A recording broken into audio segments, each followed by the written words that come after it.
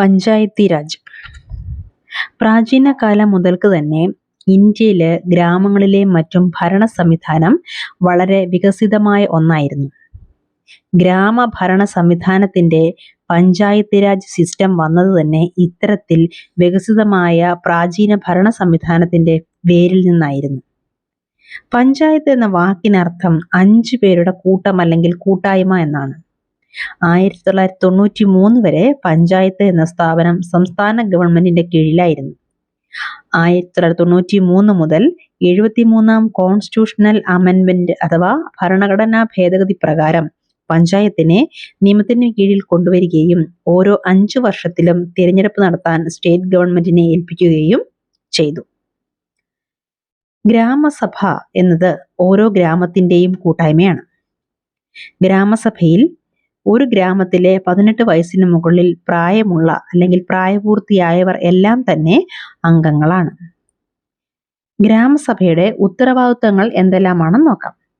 അധ്യക്ഷനെ തിരഞ്ഞെടുക്കുക, ബജറ്റ് തയ്യാറാക്കുക, ഗ്രാമത്തിന്റെ പുരോഗതിയും ഗ്രാമസഭയുടെ പ്രവർത്തനങ്ങളെയും വിലയിരുത്തുകയും ചെയ്യുക തുടങ്ങിയവയാണ് ഗ്രാമസഭയുടെ ഉത്തരവാദിത്തങ്ങൾ. പഞ്ചായത്തി രാജ് സിസ്റ്റം ഇന്ത്യയിൽ എത്തരത്തിലാണ് പ്രവർത്തിക്കുന്നതെന്ന് നോക്കാം. ഇപ്പോൾ പഞ്ചായത്തി രാജ് സിസ്റ്റത്തിൽ 3 ലെവലുകളാണ് ഉള്ളത്. 1 ഗ്രാമപഞ്ചായത്ത്, 2 പഞ്ചായത്ത് സമിതി, 3 ജില്ലാ പരിഷത്ത്. ഗ്രാമപഞ്ചായത്തിനെ തിരഞ്ഞെടുക്കുന്നത് ഗ്രാമസഭയാണ്. പഞ്ചായത്ത് സമിതി ബ്ലോക്ക് ലെവലിൽ പ്രവർത്തിക്കുന്ന സിസ്റ്റമാണ്.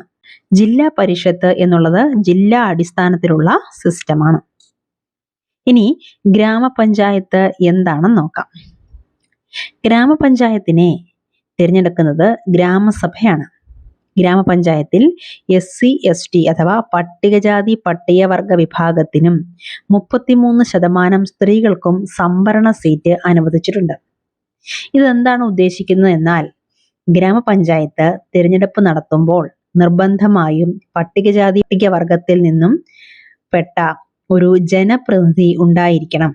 അതേപോലെ പഞ്ചായത്തിൽ തിരഞ്ഞെടുപ്പിനായി എത്ര സീറ്റുകളിൽ മത്സരിക്കുന്നുവോ അതിൽ 33% സീറ്റിലും നിർബന്ധമായും സ്ത്രീകൾ ഉണ്ടായിരിക്കണം.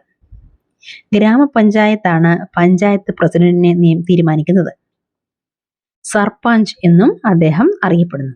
അദ്ദേഹമാണ് പഞ്ചായത്ത് മീറ്റിങ്ങുകൾക്ക് നേതൃത്വം കൊടുക്കുന്നത്. പൊതുജനക്ഷേമ പ്രവർത്തനങ്ങൾ നടത്തുക, ആരോഗ്യ സംരക്ഷണം, വിദ്യാഭ്യാസം തുടങ്ങിയവ ജനങ്ങൾക്കെത്തിക്കുക, മരണവും ജനനവും രേഖപ്പെടുത്തുക തുടങ്ങിയവയെല്ലാം പഞ്ചായത്തിന്റെ ഉത്തരവാദിത്തമാണ്.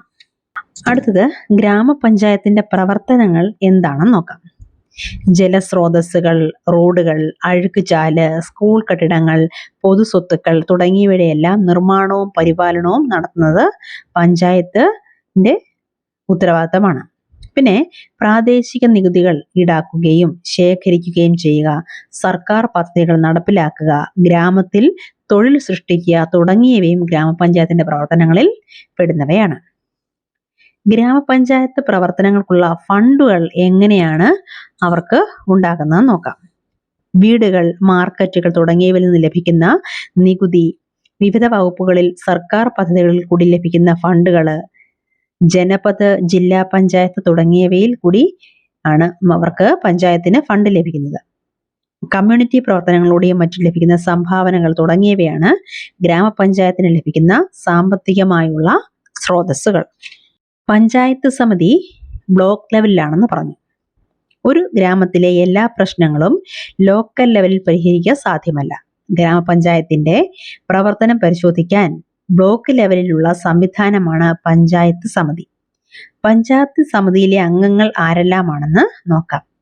എല്ലാ ഗ്രാമപഞ്ചായത്തുകളിലെയും എല്ലാ പ്രസിഡന്റുമാരും, ടൗൺ ഏരിയ കമ്മിറ്റി ചെയർമാനും, BDO, ബ്ലോക്കിലെ ജില്ലാ പരിഷത്ത് അംഗങ്ങൾ, അതാത് പ്രദേശത്തെ MP-മാർ, MLA-മാർ, പട്ടികജാതി പട്ടികവർഗത്തിന്റെയും സ്ത്രീകളുടെയും പ്രതിനിധികൾ തുടങ്ങിയവയാണ് പഞ്ചായത്ത് സമിതിയിലെ അംഗങ്ങൾ. ഇനിയും പഞ്ചായത്ത് സമിതിയുടെ ചുമതലകൾ എന്താണെന്ന് നോക്കിയാൽ ആരോഗ്യകാര്യങ്ങൾ, വിദ്യാഭ്യാസം മുതലായവയുടെ മേൽനോട്ടം വഹിക്കുക എന്നതാണ് പഞ്ചായത്ത് സമിതിയുടെ ചുമതലകൾ. ജില്ലാ പരിഷത്ത് ഡിസ്ട്രിക്ട് ലെവലുള്ളതാണ്. റൂറൽ ലെവൽ അഡ്മിനിസ്ട്രേഷന്റെ ഏറ്റവും ഉയർന്ന ലെവൽ ആണിത്. ഇതിലെ അംഗങ്ങൾ എന്ന് പറയുന്നത് എല്ലാം ബ്ലോക്ക് സമിതിയിലെയും ഇതിലെ അംഗങ്ങളെന്ന് പറയുന്നത് എല്ലാ ബ്ലോക്ക് സമിതികളിലെയും ചെയർമാനും സ്ഥലത്തെ എംപിയും MLA മാരും രജിസ്റ്റർ ചെയ്ത ഓരോ സഹകരണ സംഘത്തിൽ നിന്നുള്ള 5 പ്രതിനിധികളും സാമൂഹിക പരിഷ്കരണ സമിതികളിൽ നിന്നുള്ള ഓരോ പ്രതിനിധിയും ആണ്. എല്ലാ ബ്ലോക്ക് സമിതികളിലെയും പ്രവർത്തനങ്ങളെ ഏകോപിപ്പിക്കുക എന്നതാണ് ഇതിന്റെ പ്രവർത്തന രീതി.